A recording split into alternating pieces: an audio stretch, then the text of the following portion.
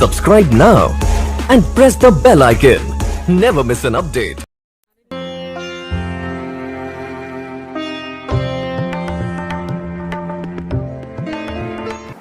आज बेटियां किसी से कम नहीं, पिछड़े इलाकों में भी मजबूत बेटियां।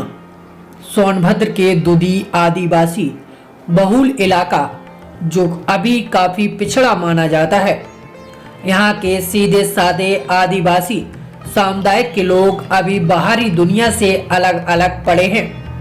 वहीं अगर हौसले बुलंद हो और मजबूत इरादे हो तो कोई भी कार्य असंभव नहीं हो सकता।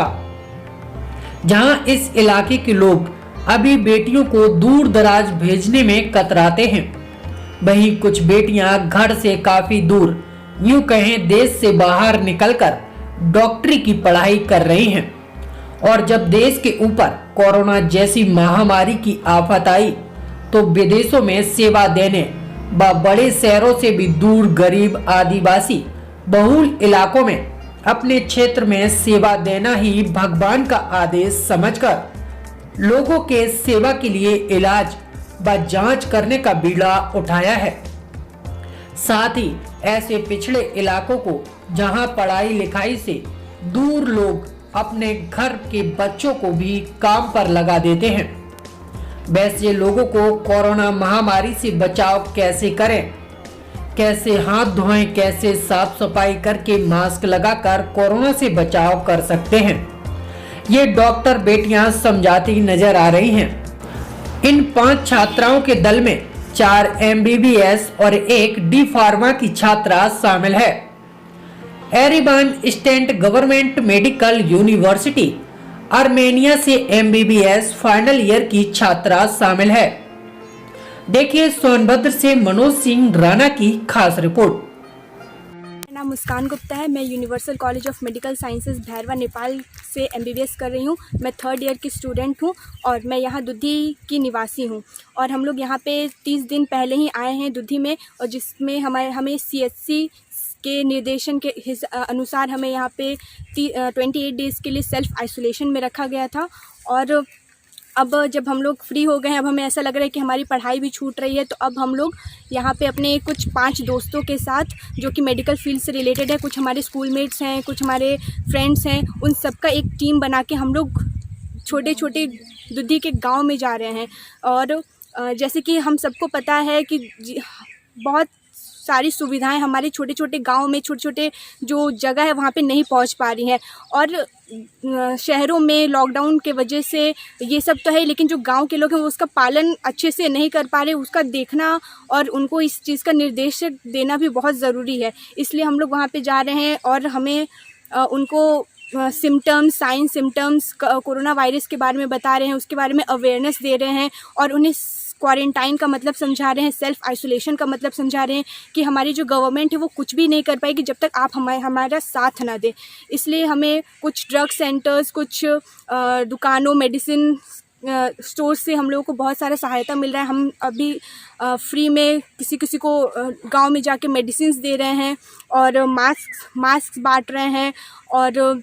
और हम सबसे जो हमारी प्रशासन है और जो भी प्राइवेट लोग भी हैं, जो हम उनसे निवेदन करते हैं कि हमें मास्क प्रोवाइड किया जाए। अगर आप कर सकते हैं, अपने दिल से कर सकते हैं तो फिर, क्योंकि गांव में बहुत ज़रूरी है, क्योंकि वहाँ पे हर किसी के पास कुछ भी सुविधाएं नहीं है। बस हम ये कर सकते हैं कि हम उनकी मदद कर सकते हैं। मैं अमन अंसारी, मैं Yerevan state medical University Armenia से फाइनल ईयर MBBS स्टूडेंट हूँ।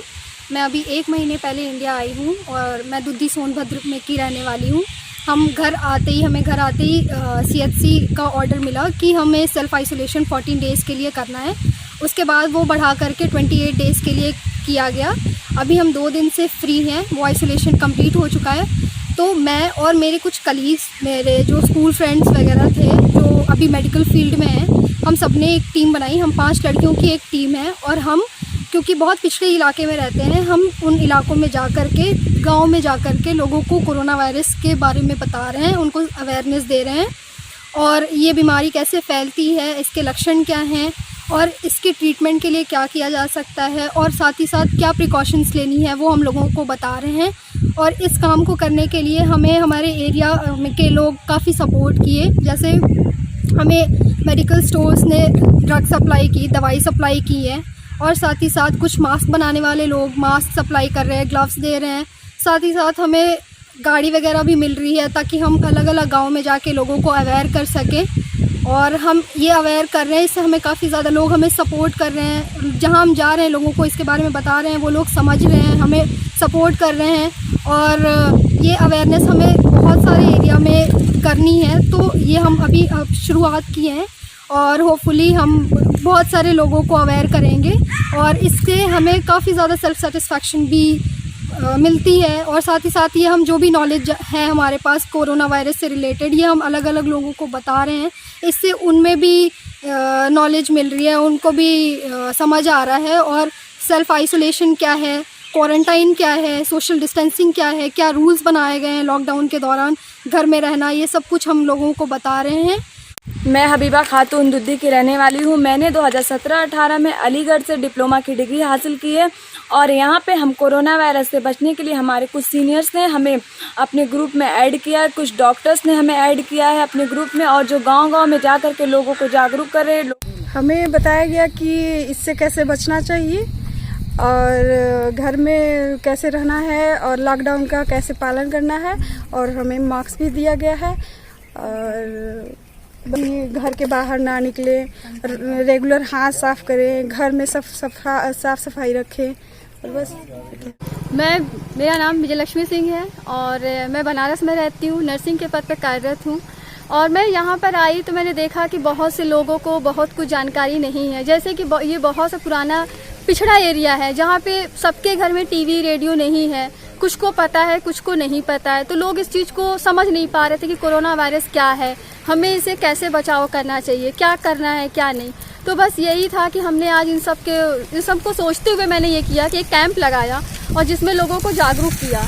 जागरूकता में ये दिखाया कि हाँ, हमें कैसे सोशल डिस्टेंसिंग का पालन करना चाहिए, किस तरह से मुझे अपने आहार विहार का पालन करना चाहिए, किस तरह से हमें अपने रहन सहन में रखना चाहिए। लोगों को अपने घर में रहने के बारे में बताया, उनके खाने पीने के बारे में अच्छे से बताया कि उन्हें क्या खाना चाहिए, क्या पीना चाहिए, और किस तरह से उन्हें अपने आप को बचाव रखना चाहिए। सबसे बड़ी बात, फेस बाहर निकले तो फेस पे मास्क लगा करके निकले, सोशल डिस्टेंसिंग का पालन करे, कोई भी काम बिना आवश्यक काम के वो घर से बाहर ना निकले, अगर निकलना भी पड़े तो वो अपने फेस पे मास्क लगाकर ही निकले।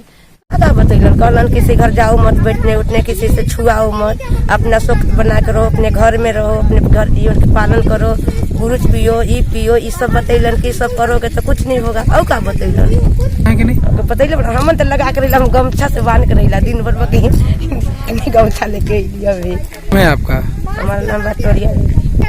आज हम लोग को डॉक्टर साहब यही बताए हैं कि कहीं भी बाहर में घूमना नहीं है, घर में ही रहना है, मास्क लगा करके रहना है, और जैसे कि खाने पीने का कोई भी सामान हो उसको जो है कि बढ़िया साफ सफाई करके खाना है, और अपना हाथ मुंह जो है कि हमेशा बांध के रखना है, और जैसे कि हाथ को हमेशा साबुन से धोते रहना है, और जैसे कि अपने घर में बड़े बुजुर्ग लोग हैं उनका सेवा अच्छा से करना है। जो मेरे देश विदेश में जो कोरोना का महामारी चल रही है, कुछ मेरे ग्राम सभा धनौरा में, मैं पूर्व प्रधान धनौरा विक्रमजीत सिंह, कुछ मेडिकल छात्र के स्टूडेंटों ने मेरे गांव में आके जगह जगह पे सोशल डिस्टेंशन बना के कोरोना वायरस के बारे में लोगों को जानकारी दी, और जो हल्का फुल्का जिसको परेशानी था उसको दवा जो लेके आए थे उन लोगों को दवा का सुविधा उन लोगों को उपलब्ध मुहैया कराई गई। प्लस मास्क के बारे में बताया गया कि आप लोग मास्क मुंह ढक के रखिए, अगर मास्क आपके पास उपलब्ध नहीं है तो रुमाल बांध लीजिए या गमछा से मुंह ढक के रहिए।